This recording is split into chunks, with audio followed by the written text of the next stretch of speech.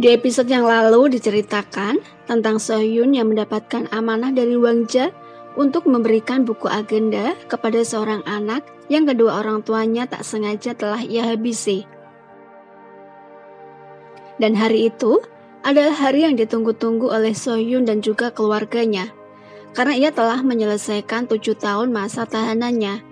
Jadi saat keluar dari pintu gerbang penjara itulah, Sohyun membayangkan kalau Suholah orang pertama yang menantikan hari-hari itu dan menjemputnya. Tapi semua itu tak mungkin terjadi, karena Sohyun sendiri yang meminta kepada Suho untuk meninggalkan dirinya. Dan sudah pasti, Suho sekarang telah hidup bahagia membina rumah tangga bersama dengan perempuan lain. Oleh karena itu, Sohyun memutuskan untuk pergi menghabiskan hari itu ke makam anaknya. Ia ingin melepaskan kerinduannya selama 7 tahun hidup di penjara dan tak pernah sekalipun mengunjungi makam Gunwo. Ia merasa tenang dan bahagia berada di sana, sehingga ia pun tak menyadari kalau hujan datang mengguyur tubuhnya. Di saat itulah, tiba-tiba seorang laki-laki datang dan memberikan payung kepada Sohyun. Awalnya Sohyun menolak, tapi setelah laki-laki tersebut menyebut nama Gunwo, akhirnya ia pun menerima bantuannya. Dan sepulang dari makam anaknya, Sohyun lalu pulang ke rumah ibunya karena ia tahu kalau satu-satunya orang yang menunggu kepulangannya adalah sang ibu. Dan benar saja, sang ibu yang telah seharian menunggu kepulangan Sohyun langsung memeluk erat tubuh putrinya itu. Dan dari cerita Yuri yang sekarang telah menjadi orang sukses dan berhasil memiliki toko aksesoris dan perhiasan, Sohyun jadi tahu kalau Suho telah hidup bahagia di Amerika. Oleh karena itu, Sohyun sudah tak mau berharap lagi tentang suaminya karena ia sendiri yang telah meminta perpisahan itu. Dan keesokan harinya, sesuai dengan janjinya kepada Wang Ja, Sohyun segera mencari informasi tentang kebakaran yang dilakukan oleh Wang Ja. Tapi karena kejadian itu sudah cukup lama terjadi, Sohyun mengalami kesulitan untuk mencari data-data tersebut. Tapi hal itu tak lantas membuat Sohyun putus asa. Berhari-hari, ia mencari informasi demi memenuhi janjinya kepada sahabatnya itu. Pencarian Sohyun tersebut akhirnya membuahkan hasil ketika seseorang mengetahui tentang orang yang ia cari tersebut. Orang itu lalu memberikan alamat di mana laki-laki yang ternyata bernama Kwon Senyol tersebut bekerja. Bertempat di sebuah pengepul barang-barang rongsokan, Sohyun akhirnya menemukan orang yang selama ini ia cari. Dan betapa terkejutnya Sohyun ketika mengetahui kalau Kwon Senyol adalah orang yang telah memberinya payung ketika ia sedang kehujanan di makam Gunwo. Melihat kondisi kehidupan Senyol membuat Sohyun menjadi tak tega untuk mengatakan maksud kedatangannya. Tapi karena ia teringat akan amanah yang diberikan oleh Wang Ja, maka mau tak mau Sohyun pun menyampaikan pesan tersebut. Seketika itu juga Senyol menolak meskipun ia tahu kalau orang yang telah menyebabkan orang tuanya meninggal telah tiada. Ia menganggap permintaan maaf tak cukup untuk menebus semua kesalahan yang telah ia lakukan. Memaafkan juga tak akan menghidupkan kembali kedua orang tuanya. Karena perbuatan Wang Ja lah membuat Senyol harus hidup menderita dari kecil dan putus sekolah. Sejak kejadian itu, hampir setiap hari Sohyun mendatangi rumah Senyol. Tapi meskipun Senyol mengetahui hal itu, ia tetap tak peduli dan tak mau menemui Sohyun. Hingga suatu malam, ketika Sohyun sedang menunggu kepulangan Senyol, di tengah jalan ia melihat gerombolan mobil polisi. Ternyata baru saja terjadi kecelakaan di sana. Ia mendapati Senyol terlibat dalam kecelakaan itu. Dengan tubuh terluka, ia justru masuk ke dalam sungai untuk mencari kalung pemberian ibunya ketika ia masih kecil. Tapi meskipun ia telah mencari sekian lama, ia tak juga menemukan satu-satunya barang peninggalan orang tuanya. Tak tega dengan kesedihan yang dialami oleh Senyol, Sohyun lalu membantu mencari barang tersebut. Ia juga tak peduli meskipun tubuhnya penuh dengan lumpur. Mengetahui barang yang ia cari berhasil ditemukan oleh Sohyun, membuat Sohyun tersentuh. Apalagi setelah Sohyun mengatakan kalau ia juga pernah mengalami kehilangan seperti yang ia alami. Karena sakit hati yang ia rasakan sehingga membuatnya harus masuk ke penjara. dan Sohyun tak mau kejadian tersebut menimpa Senyul. Dengan tubuh penuh lumpur, Sohyun lalu pergi meninggalkan Senyul yang masih tetap tak mau berbicara kepadanya. Sesampainya di rumah ibunya itulah, sesuatu yang di luar perkiraan Sohyun terjadi. Ia melihat Suho sedang berkunjung ke rumah ibunya. Setelah hampir 7 tahun berpisah, akhirnya ia bisa bertemu kembali dengan orang yang sampai detik itu masih sangat ia cintai. Tapi lagi-lagi Sohyun tersadar kalau ia tak pantas lagi untuk menjadi pasangan Suho. Karena ia tahu kalau Suho saat ini menjadi jurnalis terkenal di Korea dan hidup terpandang. Oleh karena itu, ia pun menolak ketika Suho mengajaknya untuk rujuk kembali. Dengan berlinang air mata, Suho mengatakan kalau selama ini ia telah berusaha memenuhi permintaan Sohyun untuk melupakannya, tapi ternyata ia tak bisa dan tak sanggup. Suho lalu memeluk tubuh Sohyun dan saling melepaskan kerinduan dan kesalahpahaman selama 7 tahun itu. Dan akhirnya mereka berdua sepakat untuk memulainya kembali dari awal. Meskipun keputusannya untuk rujuk kembali didukung oleh ibu kandungnya dan juga oleh adik iparnya yang bernama Taeho, tapi Sohyun tak yakin dengan restu dari mertuanya.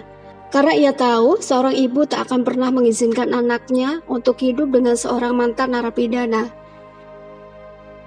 Dan akhirnya ketakutan Sohyun terpatahkan ketika ibu mertuanya itu tetap bersikap manis kepadanya dan menyempatkan diri untuk datang ke jamuan makan siang. Tapi apa yang terlihat baik dilakukan ibu mertuanya itu ternyata hanya untuk menutup-nutupi keadaan di depan Suho.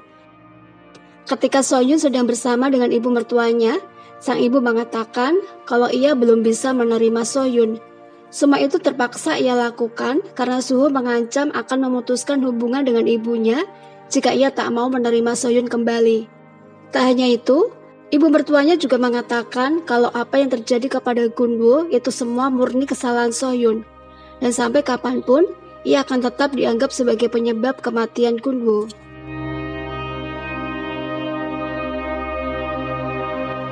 Dan pada suatu hari, Suho mendapatkan tawaran dari kantornya demi untuk menaikkan rating siarannya. Ia diminta untuk tampil dalam wawancara di televisi bersama dengan istrinya.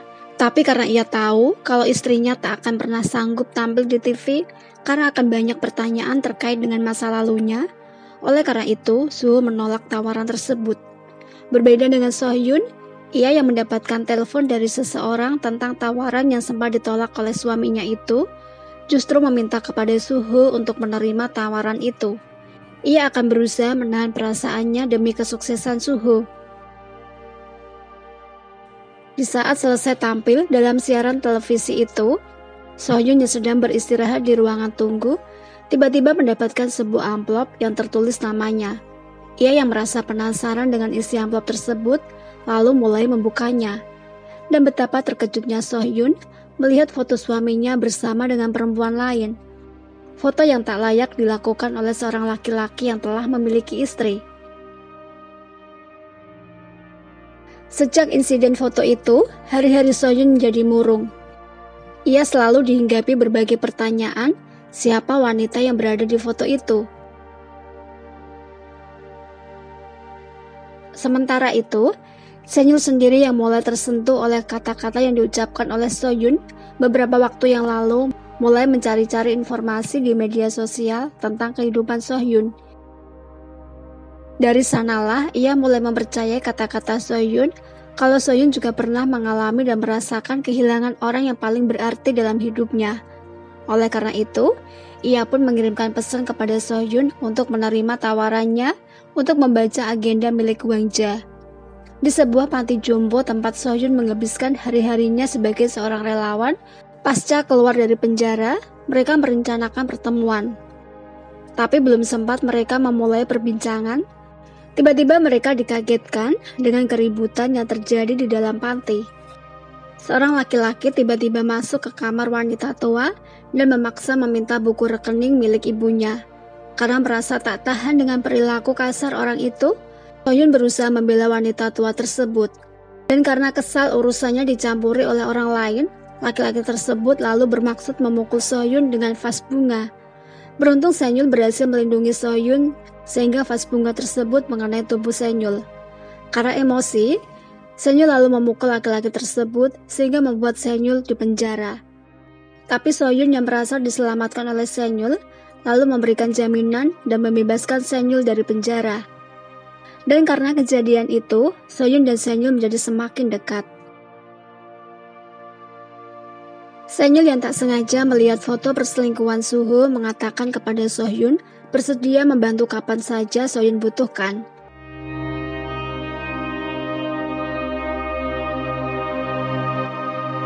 Hidup sebagai mantan narapidana memang tak mudah dirasakan oleh Sohyun.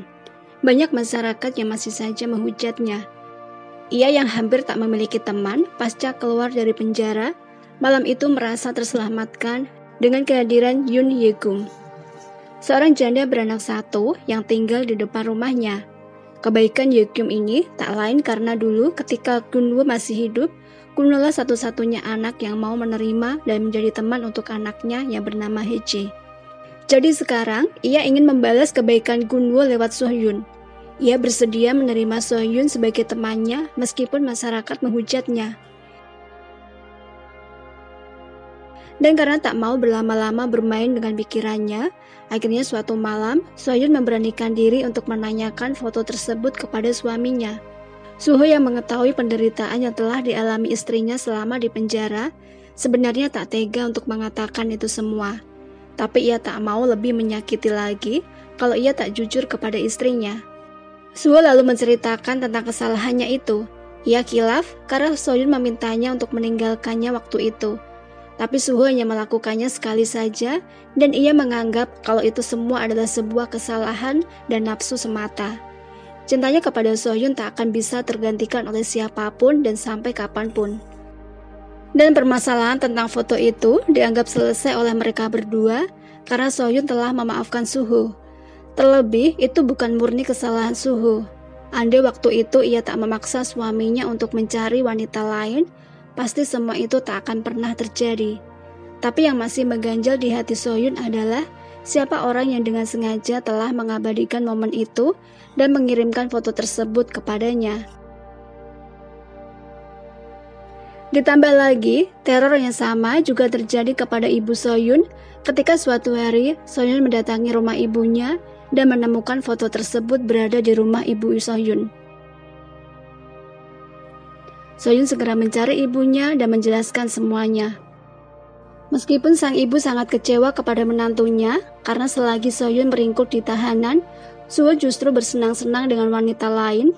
Tapi setelah Sohyun menjelaskan kalau ia telah memaafkan suaminya dan semua itu bukan murni kesalahan Suho, akhirnya sang ibu mau menerima penjelasan anaknya itu.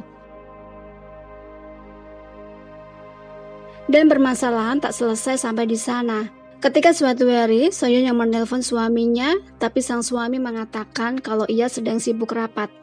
Sohyun yang mengerti kesibukan suaminya pasca suaminya diangkat sebagai manajer, berusaha memahami kesibukan Suho.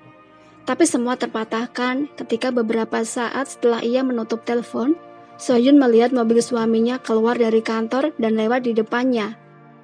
Sohyun yang mulai curiga dengan gelagat suaminya itu, lalu membuntutinya dengan menggunakan taksi.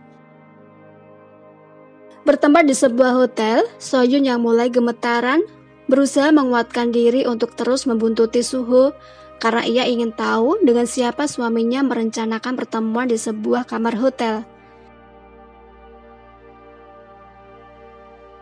Nah, kira-kira benarkah kecurigaan Sohyun kalau suaminya sedang menemui wanita yang ada di dalam foto tersebut? Nantikan jawabannya di video aku selanjutnya. Sampai jumpa di episode mendatang. Terima kasih. Jaga diri baik-baik and see you.